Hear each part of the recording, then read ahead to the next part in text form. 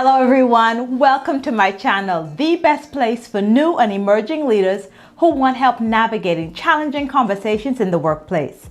I'm Jeboria Scott, an online leadership coach and consultant. So, now that more people are working from home as a result of various levels of quarantine restrictions lifted around the world, people are settling into a new normal. This means that it's important for managers to find ways to connect with their teams. And when I think of what employees want to hear from their leader, there are four main things that stand out to me. So if you're interested in knowing exactly what employees want to hear from their leaders so that you can motivate your team and build trust, keep watching. The first thing that employees want to hear from their leaders is, what do you think? It's important to solicit feedback and get staff buy-in on projects that affect the work that they do. This is a good way to engage your team members whenever possible so that they'll feel a part of the decision-making process.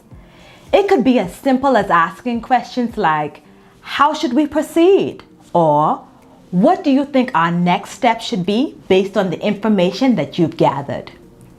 You want to encourage your team members to become active participants so that they will also take ownership and responsibility for outcomes. You'll also want to acknowledge that their opinions matter.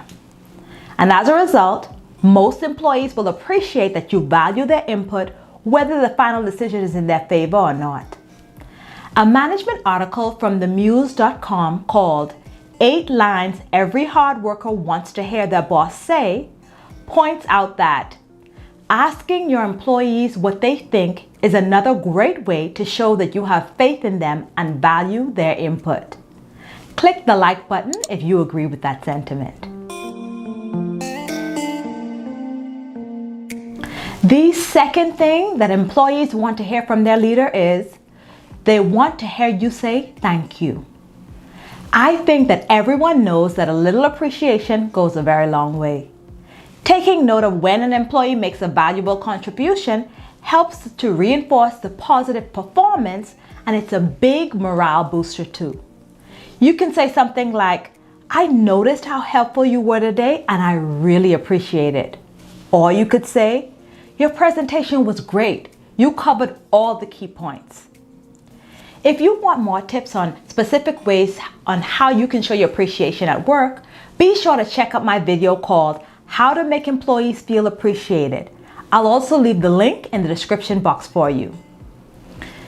Be sure when you're appreciating your employees and saying thank you to use positive affirmations. Now, when you're recognizing staff for their hard work, I'm not suggesting that you say things that aren't true, nor should you sugarcoat poor performance.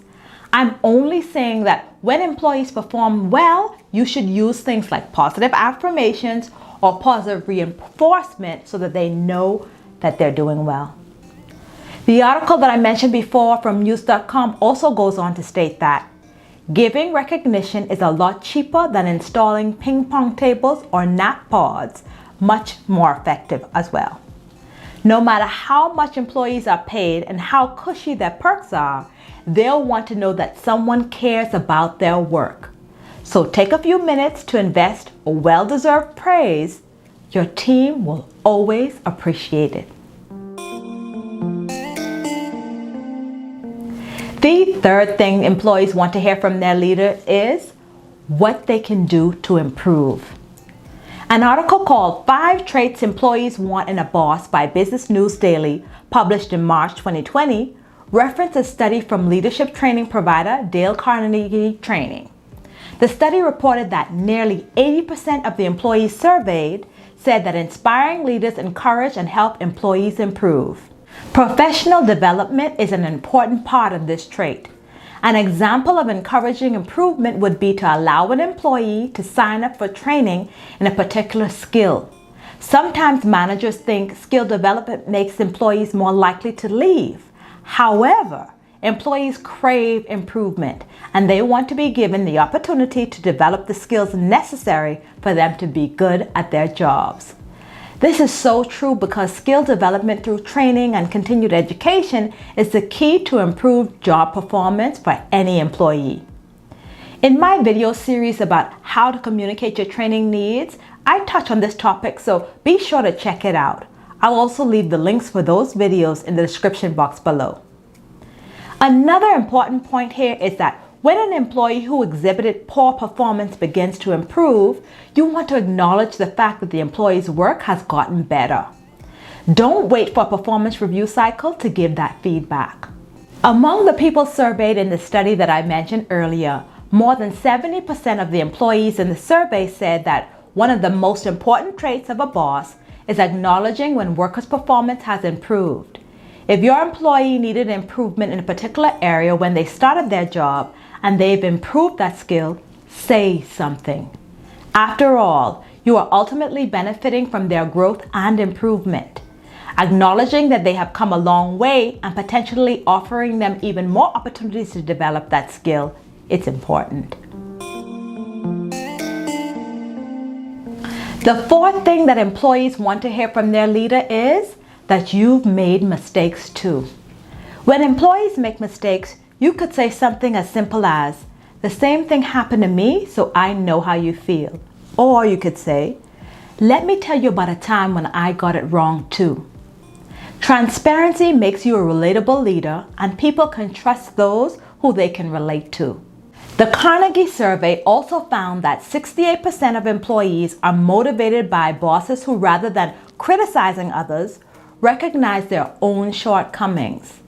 Let your employees know that you are human, and let them know when you made a mistake. Apologize and talk about what you can do to make it better. This creates an environment that allows your employees to come to you should they ever make a mistake. Having open communication is a great way to be more productive in the workplace, and it makes you more relatable. Type "transparency is key" in the comments below if you agree. This kind of transparency leads to the kind of trust Brené Brown described in her book, Dare to Lead. Brown describes a story about a marble jar trust building exercise that her daughter's third grade teacher shared with the class. All of the marbles in the jar represented trust. After Brené's daughter experienced a really embarrassing moment in elementary school where a pupil shared a secret with the entire class, Brené asked her daughter who her marble jar friends were and why. One example that Brené's daughter gave was a friend of hers who would share her seat whenever Brené's daughter came late to the lunchroom. This would allow them to share the same table and eat lunch together. This earned the friend a marble from the marble jar. This was an example of choosing to trust people who fill their marble jars over time. This means that we build trust with people in small moments and not in overt, grand gestures. In the same way, sharing a mistake that you made helps you to build trust over time with those who follow you. The key is to keep the lines of communication open and tuning into what your employees' needs are to keep them motivated and engaged.